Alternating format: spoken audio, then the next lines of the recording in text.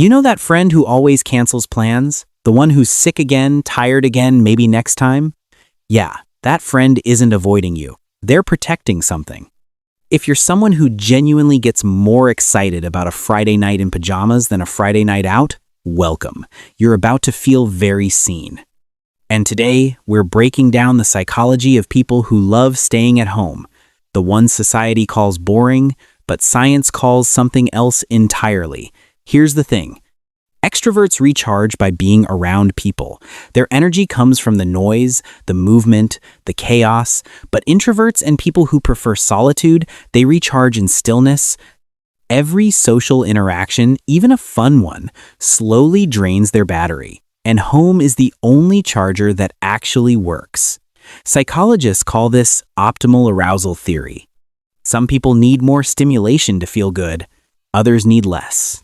It's not laziness or fear, it's just how their nervous system is wired. But there's more going on than just introversion. Some people love staying home because their environment gives them a sense of control they don't get anywhere else.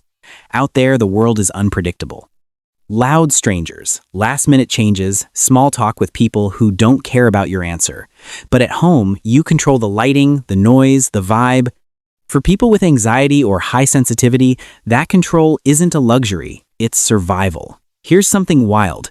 Studies show that people who enjoy solitude tend to be more creative, more introspective, and better at problem solving. Staying home isn't doing nothing, it's where the best ideas are born. Not in a crowded bar, but in a quiet corner with a book or a thought spiral at 2 a.m.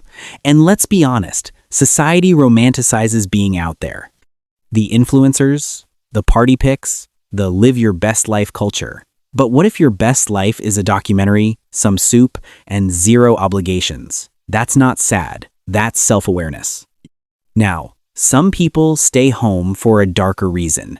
Social anxiety, past trauma, depression that quietly whispers, "What's the point?" And for them, home becomes both a refuge and a cage. So it's important to know, do you stay home because it fills you up or because leaving feels too heavy? Because one is peace, the other is hiding? But for those who truly love staying home, they're not missing out. They're just living differently. They find joy in small rituals, the morning coffee routine, the favorite spot on the couch, the way the light hits the room at sunset, things most people rush past. Hit subscribe if you think you're this type.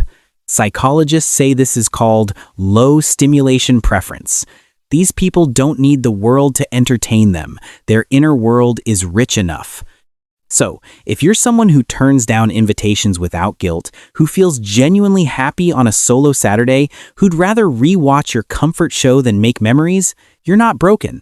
You're just wired for depth over noise, for peace over performance. Tell me, do you prefer staying home or do you think we're all just making excuses? And if you want the psychology that most people never hear about themselves, the next video is going to hit you harder than this one. Click it. You'll understand why.